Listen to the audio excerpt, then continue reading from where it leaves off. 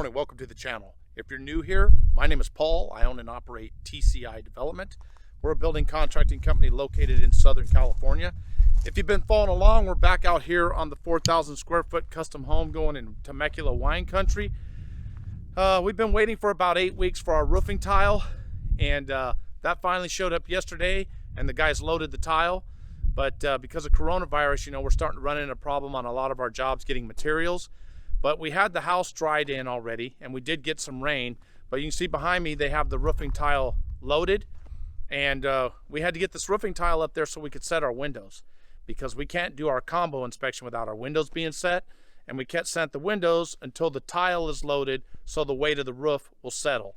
So our windows were all delivered, our doors were all delivered, so we're gonna go ahead and set these windows tomorrow. I've got my framer working on another project right down the road here in Temecula wine country. It's a 20,000 square foot single story residence. You can see that on some of my other videos. But they're gonna be back up here tomorrow setting these windows. And then we're gonna continue forward with getting our combo inspection, which is our next inspection in line. However, we did have some wind up here last couple days. The wind was blowing like 70, 75 miles an hour. And then we had rain on top of that. But my roofers came out and they loaded all their roofing tile, and they put the roofing metal up there, and they didn't secure the roofing metal. So it pretty much ended up about 400 yards down in the canyon down here. So fortunately, this is not a congested neighborhood, and there aren't a lot of kids around here. This is a really nice area up on top of this hill. But this roofing metal right here, all this valley metal, this is like 10-foot long razor blades flying through the air. So they went down and got it. Some of it was over 400 yards down in the canyon. So, just an example that you need to secure stuff, because you never know when high winds are going to show up. Anyway, we're getting ready for our combo inspection. So we're going to go ahead and get our windows set and all that. And we want to get started on insulation and drywall. So next step is combo inspection. But as far as everything else, my electrician, Jeremy, he's off on another one of our projects. He's finished here with his electrical rough-in. My plumber, Matt, he's also off on another one of our projects. He finished his plumbing rough-in, and heating and air, they're out of here as well. And our fire sprinklers are in. So let's go on inside and take a look at what's going on in here and see what got done. Clean. All the can lights are all in. Nice and straight lines. Okay, we've got our fire sprinklers installed right here. You can see them above me, this orange pipe. These fire sprinklers are going to be the concealed sprinklers. They go right here. They'll sit flush against the ceiling when the ceiling is drywalled. And then in case there's ever a fire, they will pop down and activate. Hopefully that never happens.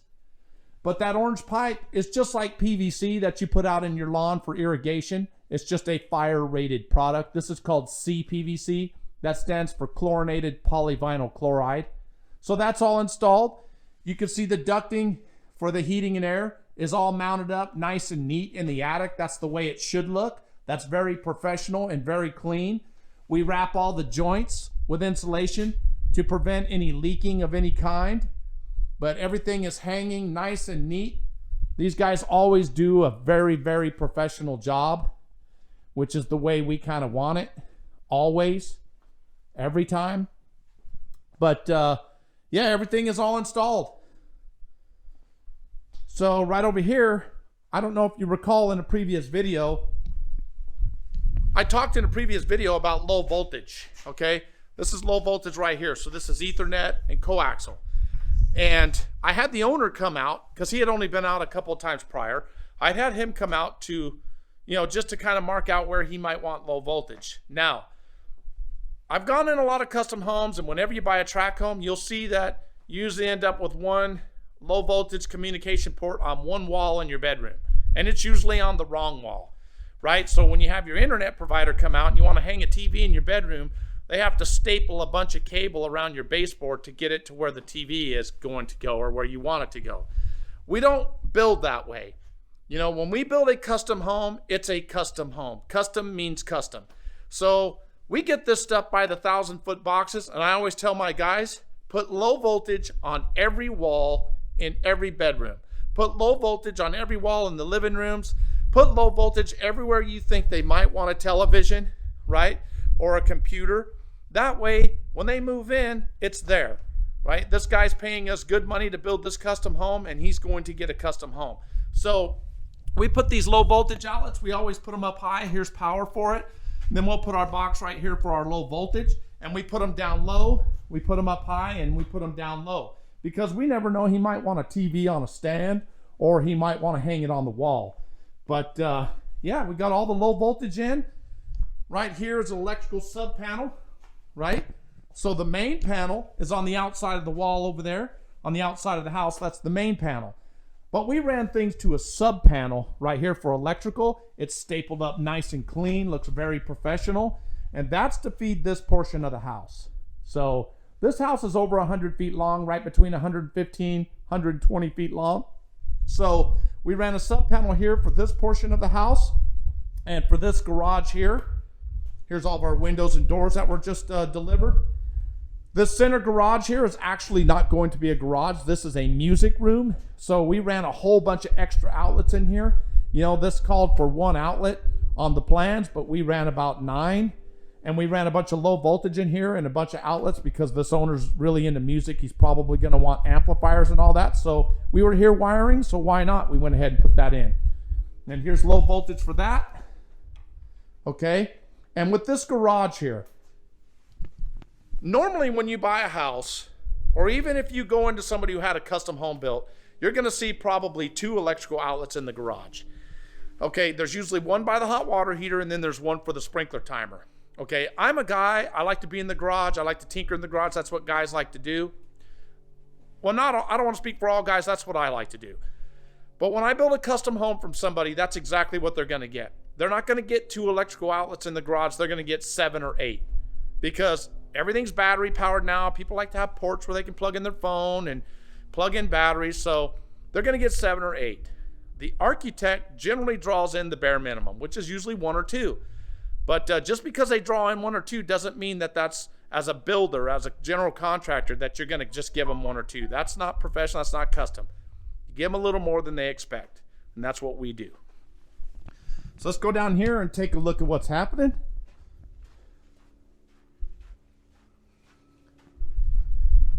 Okay, so down at this end of the house, we ran another electrical sub panel.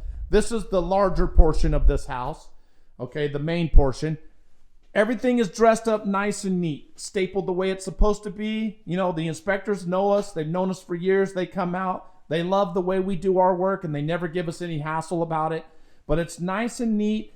I have my guys always level the panel, make sure it's nice and level and straight. Right? We don't like things crooked or uneven. So this is for this portion of the house. The other sub panel is way down there. So we ran lines from the main panel to that sub panel and to this sub panel to feed both ends of the house.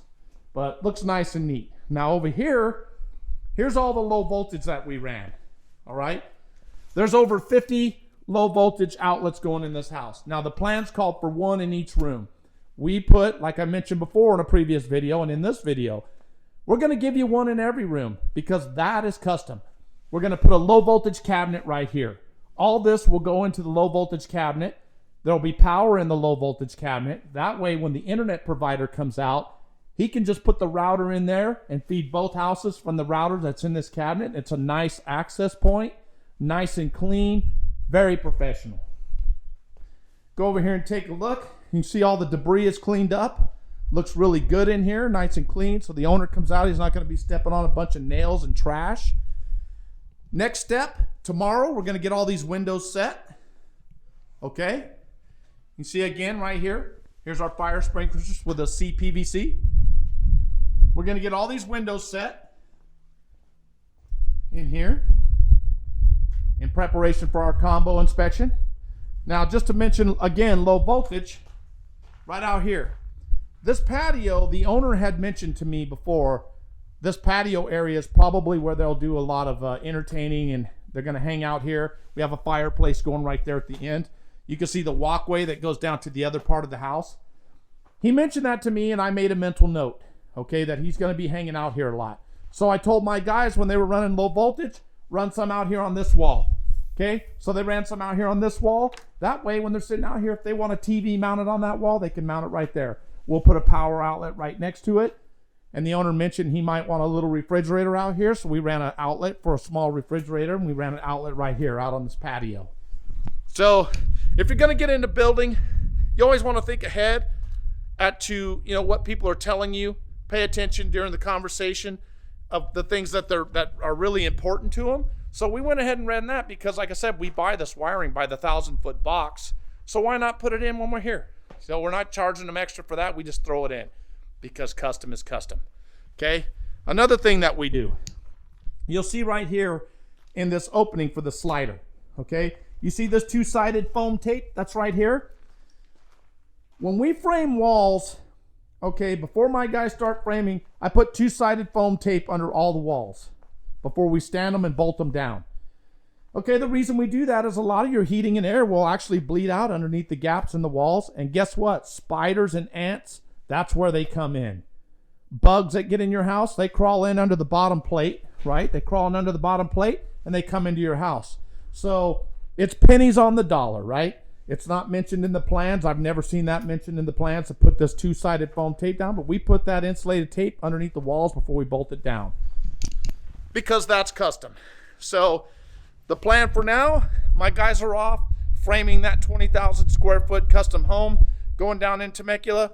We also finished up the septic system on Dustin Williams, and I probably will just stick to filming this project because I'm having a little trouble finding time during the day to film. But I want to keep bringing you guys videos so you can see how things are actually done from start to finish. That way, if you're ever going to do a project for yourself, or if you're going to have it done and you're having a contractor or somebody doing some work for you and you're kind of wondering if they're doing it right or not, you can look back over these videos and see how we do it here. Okay, we've been building a long time, and we like to do things by the book. We always like to add a little more to make the customer happy, but right now we're going to focus on getting our combo inspection. Right, that's what we're shooting for next. That's our next inspection in line. So window set tomorrow. Tiles already up there. I'm going to start getting my plastering guys out here, start the stucco on this project. We're going to shoot for our combo inspection, and then we'll start putting insulation in, and then drywall, and then we'll move forward. So thanks for watching the videos, and please hit the subscribe button. Hit the like button if you like the videos. If you have any comments, please leave them in the comments section, because comments are important. If you have any feedback of any kind, right? Every day is a learning day, I always say. So thanks for watching the video. Hopefully you can learn something by watching our projects. That'll help you with your project. Have a great day.